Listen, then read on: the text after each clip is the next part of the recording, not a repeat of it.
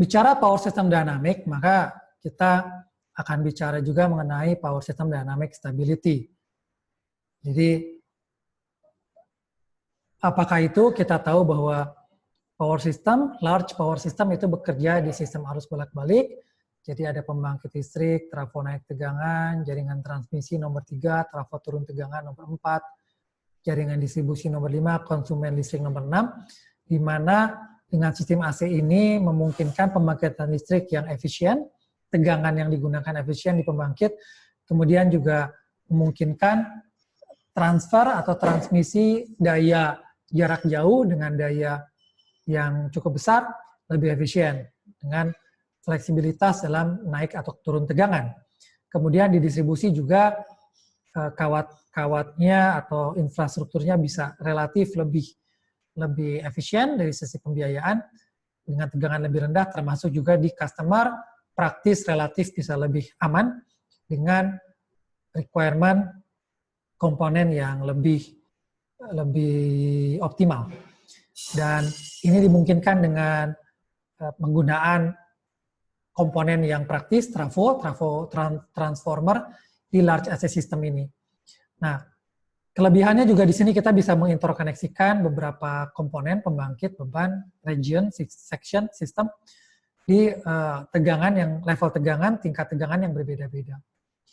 Nah, arus bolak-balik sebagaimana namanya, maka di situ ada frekuensi dari listriknya. Jadi, contohnya misalkan di sini kalau kita punya peralatan listrik, biasanya suka ada frekuensi 50 atau 60 Hz. Ini tergantung dari negaranya. Indonesia 50 Hz, Eropa 50 Hz, kebanyakan negara di 50 Hz, Amerika 60 Hz, Jepang ada 50, ada 60, Arab Saudi 60 Hz. Jadi ini tergantung dari negaranya.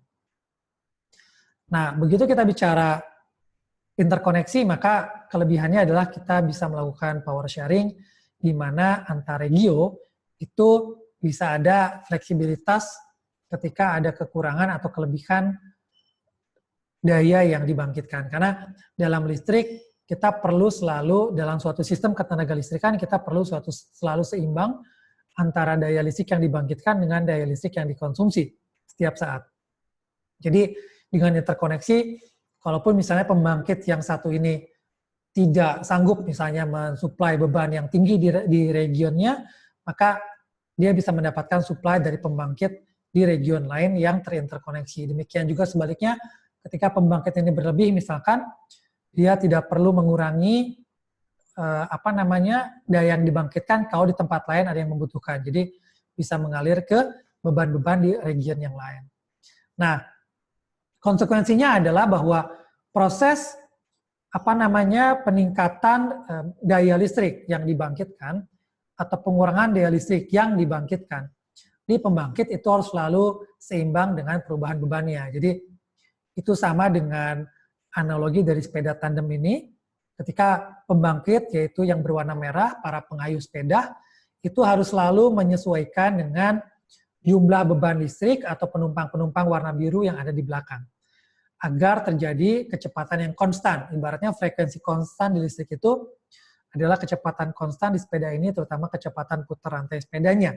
Kalau misalkan pengayuh sepeda ini tidak sinkron, maka bisa pedalnya yang rusak, kalau kebetulan rantai sepedanya kuat, atau bisa rantai sepedanya yang putus, sehingga sistemnya kolaps. Sama juga di listrik. Jadi pembangkitnya yang rusak, atau terputus dari sistem, atau sistemnya keseluruhan yang kolaps. Maka harus selalu ada keseimbangan antara pembangkit dengan bebannya. Nah, itu yang diantaranya adalah properti dari power system stability, karena kita tahu sebagaimana di sepeda tandem tadi, bahwa bisa saja beban berubah-ubah, bahwa bisa saja beban orangnya turun atau naik gitu ya. Kalau di listrik bisa saja bebannya naik atau turun. Nah, setiap kenaikan beban itu harus selalu diseimbangkan dengan pembangkit yang meningkatkan beban sesuai dengan meningkatkan daya listrik sesuai dengan beban yang diperlukan. Demikian juga ketika beban turun, si pembangkit mesti mengurangi beban sehingga secara keseluruhan si pembangkit mengurangi daya yang dibangkitkan sehingga secara keseluruhan tercapai keseimbangan antara daya yang dibangkitkan dengan daya yang dikonsumsi. Jadi kalau kita bicara power system stability, maka di situ artinya adalah bahwa setiap ada gangguan terhadap sistem, gangguannya macam-macam, bisa gangguan hubung singkat, bisa gangguan naik tegangan tiba-tiba atau turun tegangan tiba-tiba atau apapun berhubungan dengan perubahan daya di sistem, maka sistem bisa mengikuti sehingga ketika ada perubahan, dia akan berubah, dia akan transien untuk sementara, tapi kemudian akan mencapai kestabilan. Inilah power system stability yang klasifikasinya di power system ada beberapa. Jadi yang terutama adalah 3, yaitu rotor angle stability, di mana setiap mesin itu harus selalu sinkron dengan sistemnya. Jadi ada keseimbangan torque antara synchronous generator dengan bebannya. Itu bisa small signal stability, bisa transient stability, tergantung dari apakah jaringannya itu berubah setelah terjadinya disturbance, misalkan, yang sifatnya short term, biasanya rotor angle stability.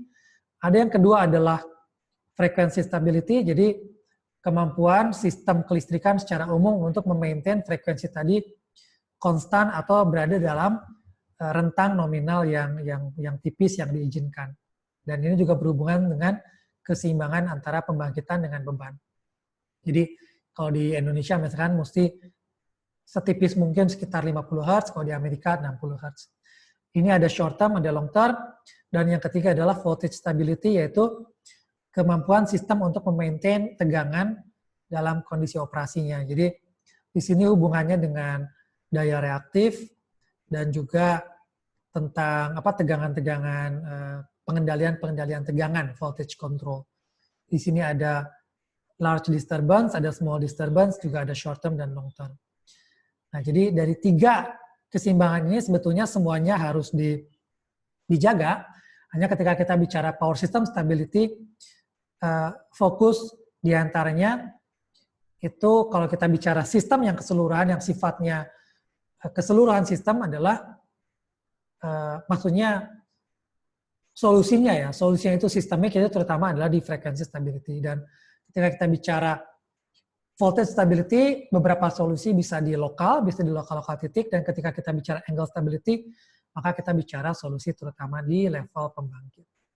Nah, ilustrasinya mungkin ini agak teknis, tapi buat yang berlatar belakang elektro atau power system, kita bisa melihat power angle equation untuk memahami misalnya rotor dynamic atau rotor angle stability. Jadi kalau kita mempunyai rangkaian transmisi, jaringan transmisi dan sisi pengirim dan sisi penerima, maka daya yang ditransfer adalah sesuai dengan persamaan di mana ada P maksimal yang bisa ditransfer dengan sinus dari beda sudut antara pengirim dan penerima. Jadi dalam power angle equations, yang biru ini adalah daya dari electrical daya yang bisa ditransfer dari sisi pengirim ke sisi penerima, sementara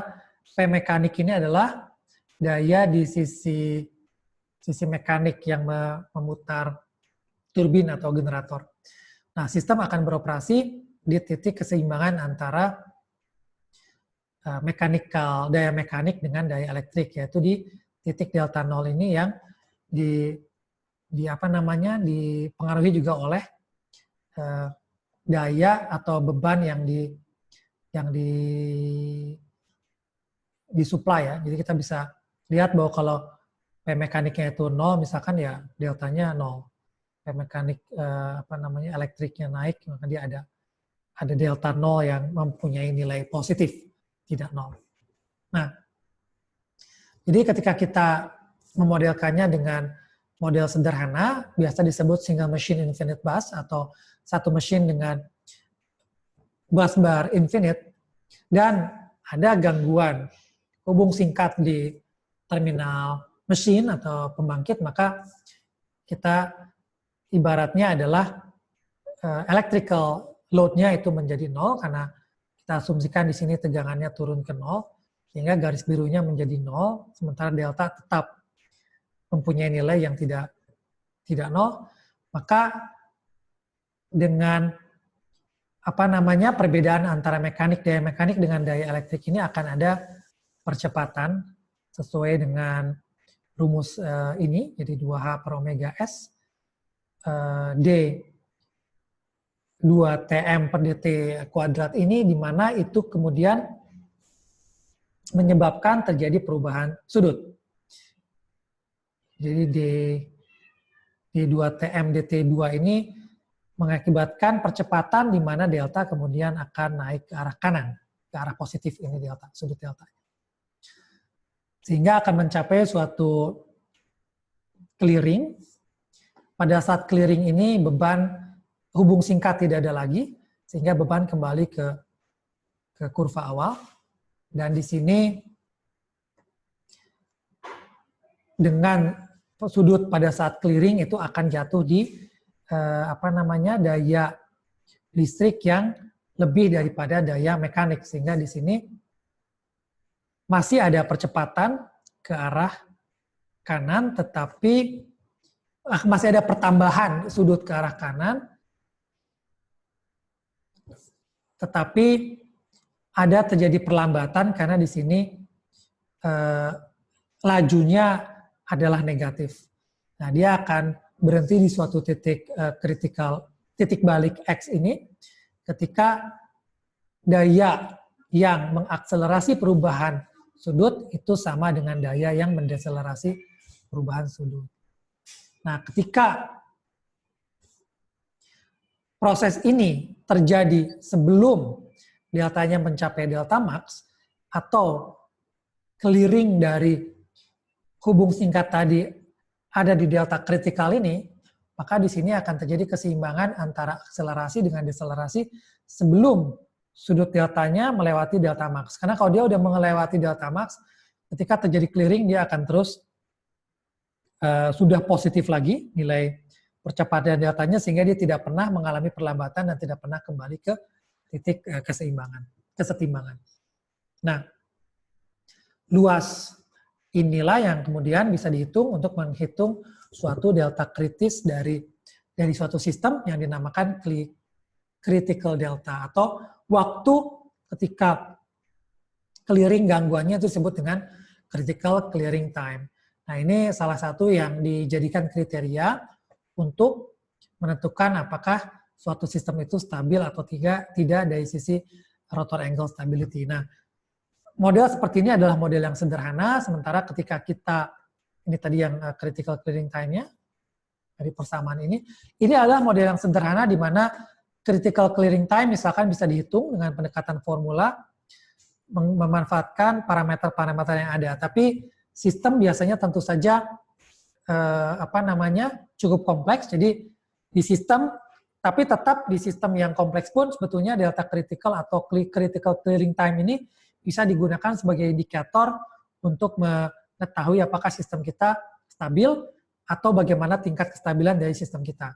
Nah, memang di sistem kelistrikan yang kompleks tidak sesederhana ini. Jadi biasanya sistemnya tidak bisa dihitung tangan delta T-nya atau critical delta atau critical clearing time, sehingga kita memerlukan simulasi komputer untuk mengetahui apakah suatu sudut atau suatu waktu itu bisa dipakai sebagai indikator apakah sistem itu stabil atau tidak. Jadi ini contoh equal area criterion ketika digunakan di praktis dengan menggunakan simulasi komputer, dan ini contoh simulasinya ketika bagaimana generator itu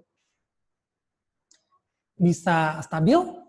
Jadi setelah ada gangguan dia bisa stabil, atau ketika ada gangguan ada generator yang out of synchronization, jadi yang tidak berhasil mencapai kestabilan. Nah, ini yang perlu dipertimbangkan ketika kita bicara power system stability atau power system dynamic stability.